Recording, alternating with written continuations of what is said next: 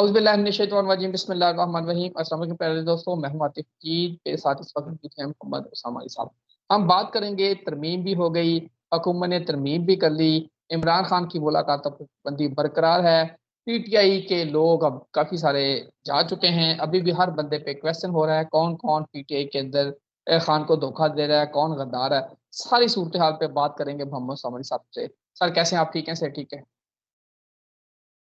जी, मैं खैरियत से हूँ। आप सुनाएं। अल्हम्दुलिल्लाह। क्या हाल है आपके? अल्हम्दुलिल्लाह, शुक्र। सर ये बताएं, अब ओवरऑल पिक्चर आपके सामने आ गई, रोशनी डालें सितारे, क्या बता रहे हैं इमरान खान का और साल का हालात?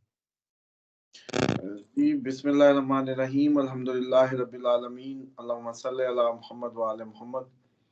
देखें, एक तो आप याद करें कि इस महीने की फोरकास्ट में 20 से 24 वीनस उनका बेहतर होना था और उसमें कुछ कंफर्ट्स आनी थी, बेगम को फ़ायदा था, बेगम से मुलाकात थी, या क्योंकि वीनस होता है तो वो आपने देखा बुशरा बीबी की रिहाई का वो जारी हुआ है, जमानत हो गई है। रोबगार पे फंसी उम्मीद तो यही है, नजर तो आता है कि वो भी शायद पॉसिबल हो, लेकिन आप ये देखें कि अदालतें फिर दोबारा उसी रुख पे चल पड़ी हैं। इमरान खान को भी कंफर्ट्स मिलेंगी। इवन आज एक जज भी कह रहे थे, हमने तो इस आपके पिछली प्रोग्राम में मेरा ख्याल है ये जिक्र हुआ होगा कि 20 से 24 में उनको कंफर्ट्स मिलेंगी। तो आज जज ने कहा है कि जी उनके साथ अप टू मार्क सलूक नहीं हो रहा, वो अंडर ट्रायल है, कोई कैदी नहीं है। और ये खुद से जज का कहना, जो पीटीआई शोर डाल डाल के बताया करती थी, तो ये एक बड़ी तब्दीली है। तो इमरान खान के लिए जाती उनके लिए जो लाइफ है उसमें तो अगर बेगम रिहा होती हैं, खुद भी लग्जरी कंफर्ट्स उनकी रिस्टोर होती नजर आती हैं और चीजें और मामला जो है वो कुछ इमरान खान की जाती तरीन जिंदगी के बेहतर होंगे। लेकिन जहां तक पीटीआई की बात की, वो गद्दारों से और उनसे भरी पड़ी है। अगर ना भरी होती तो अब तक एक जानदार एहतजाज फॉर्म हो चुका होता।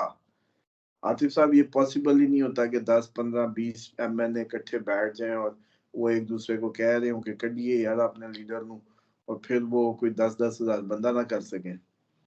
जिसने 2-2 लाख 1.5-1.5 लाख वोट लिए है, वो 10-10 हजार बंदा ना ला सके, ये हो नहीं सकता। तो लाख बंदा तो ये 10-20 एमएनए 2 लाख बंदा तो कर लें, और 2 लाख एक बहुत बड़ी तादाद है जिसको मशीनरी नहीं रोक सकती। तो इसका मतलब है कि ये जो बार बार करना कि जी गद्दार है, हाँ डेफिनेटली है, वो इसी का सिस्टम का पार्ट है। और अवाम और इमरान खान के दरमियान में आके वो बेवकूफ बना रहे हैं।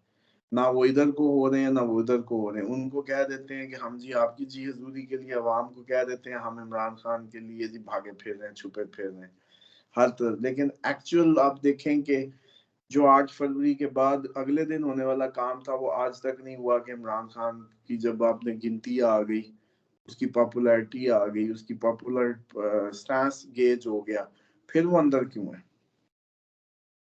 तो इसलिए ये बात ना किया करें। इसमें डेफिनेटली सिर्फ एक दो नहीं, थब्बा लगा हुआ है गद्दारों का, जिस वजह से कोई एहतजाज अब तक फॉर्म नहीं हुआ। जहां तक अली अमीन की बात है, उल्टा जो निकल रहा है, जो एफर्ट कर रहा है, वो गद्दार है, और जो चुपचाप छुपे घूम फिर रहे हैं वो बड़े कोई पीटीआई प्रो है। यही तो मत मारी गई है कि जो इतना क्राउड लेके निकला है, ओरिजिनली गैस के शेल ले रहा है, आवाज बैठी है, उसने स्ट्रगल की है, और पूरा पंजाब सोया रहा है, वो गद्दार हो गया। और ये सारे जो है ना वो हैं, कोई एमपीए, कोई कहीं का कोई भी वो। तो इसलिए मुझे लगता है कि ये पाकिस्तान की सियासत ही असल में नए जन्म है। ये 8 फरवरी को अवाम ने पहली दफा अपना काम किया है।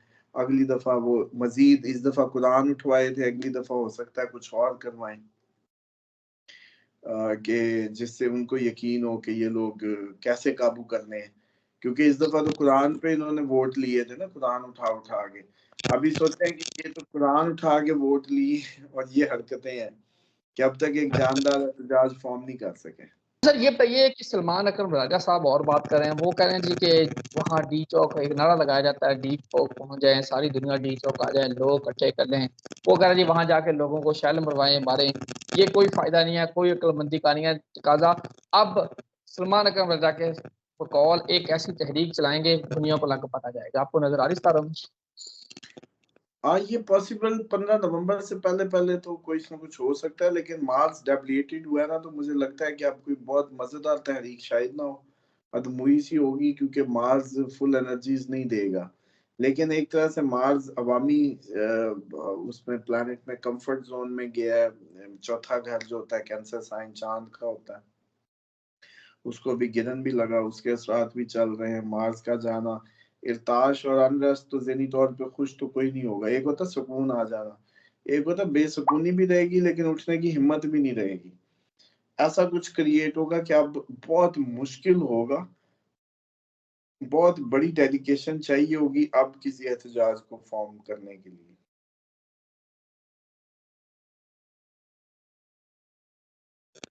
अच्छा, पीटीआई के अंदर अंदरूनी लड़ाइयाँ चल रही हैं। अभी बाहर ये लग रहा है कि शहरियार अफरीदी साहब का कुछ पोस्टें आनी शुरू हो गई हैं, शायद वो इस्तीफा देने जा रहे हैं। वो कह रहे हैं जी यहाँ सारे लीडर बनने की कोशिश कर रहे हैं, अपनी लीडरशिप के लिए बाकी सारे वर्करों को कुर्बान कर रहे हैं। अली बिन किलापुर हो गया, मिस्टर गौर हो गया, और अयूब हो गया, कुछ फराज हो गया।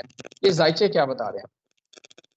देखिए, असल मसला ये है कि ये तो फूट तो हर तरफ ही है। ये सिर्फ उस दिन शहबाज शरीफ और नवाज शरीफ की शक्लें मैच कर रही थी भला। आप खुद देखे ना, इसी तरीके से बाकी बेंचों को देखते हैं, एक ही पार्टी वालों की शक्लें मैच नहीं कर रही। तो ये हर तरफ ही ओवरऑल नेशनल हमारा ये प्रॉब्लम है। और ओवर एम्बिशन और एडवेंचरस नेचर ही आगे बढ़ाती है, और जब उस तरह के लोग इकट्ठे बैठते हैं तो एक दूसरे को सुपरसीड करने की कोशिश करते रहते हैं। तो बहरहाल ये अनरेस्ट तो है, और पीटीआई में गद्दार भी मौजूद है, और शहरियार अफरीदी ने जो कुछ फेस किया है या सफर किया, डेफिनेटली अब बैरिस्टर गोहर तो उनको नहीं चैलेंज कर सकते, क्योंकि पीटीआई की कोर उसमें रहे बहुत, उन्होंने अपनी देख लें उन्होंने क्या कुछ नहीं फेस किया। लेकिन डेफिनेटली वो लेट डाउन है, क्योंकि ओवरऑल एक जैसे टीम बिल्डिंग का प्रोसीजर होता है वो तो हिट हो चुका है। पीटीआई को तो वाकई अब वो जैसे कहते हैं ना कि छड़े छांट हिसाब से ही रख दिया गया है कि इनका कोई साई ना हो जैसे, और जो साई फिर बनने की कोशिश करता है इमरान खान के अलावा वो पसंद नहीं आता। अच्छा, पंजाब की बात करें तो फवाद चौधरी कह रहे हैं कि पंजाब ने तो सफर किया पीटीआई के, जितनी पंजाब की लीडरशिप थी। केपी में वो कह रहे हैं ना गिरफ्तारियां हुई, ना उस तरह प्रोटेस्ट हुए, ना उस तरह वो चीजें जो एक टाइट किया गया था। पंजाब में तो सबको टाइट कर दिया था, लोगों के घर करा दिया, हर चीज किया। तो वो कह रहे हैं जी पीटीआई केपी वाले तो एंजॉय कर रहे हैं, लेकिन पंजाब वाले अभी भी चित्तर खा रहे हैं। हाँ, ये बात ठीक है, लेकिन पंजाब वाले भी फिर मसला ये था कि भरपूर ताकत से केपी की ताकत की तरह से अपने आप को लाते सामने। जाहिर बात है, केपीके की तरह क्लीन स्वीप करते तो ये एंजॉय करते, और फिर भी तादाद इनकी ज्यादा ही है केपीके से। और अभी भी वही बात है कि केपीके की बात नहीं है, इनकी तादाद अभी भी केपीके से ज्यादा है। बात फिर उस विल की है। इमरान खान की बहन अंदर नहीं है अब, बेगम अंदर नहीं है, तो ये क्या बहाने लगाए हुए जब आपने रास्ता ही उसका चुना है।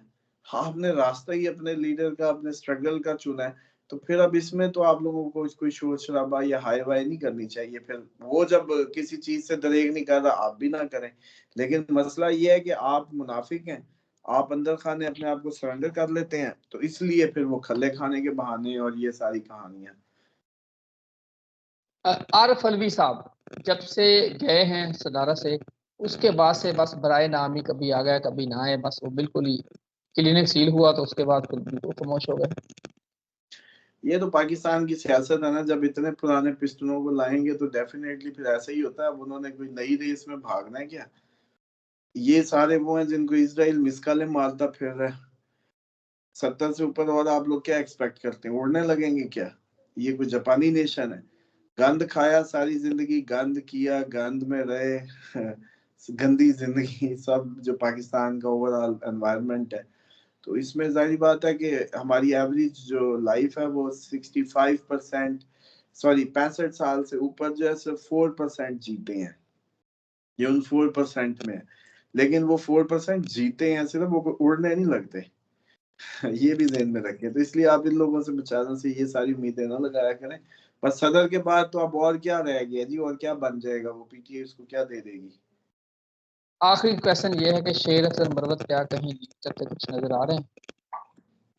शेर अफजल मरवत कोई लीड करते नजर आ रहे हैं, कुछ जायचों में उनका कोई कमाल देखिए नजर आ रहा है? वो शेर अफजल मरवत अच्छा टाइम हो सकता है उनका, और लेकिन वो जैसे वो बीमार हो गए और जो भी उनके साथ मामला हुए उठाए गए या जो भी कहानी है वो एक अलग है, लेकिन डेफिनेटली उस बंदे में करंट है।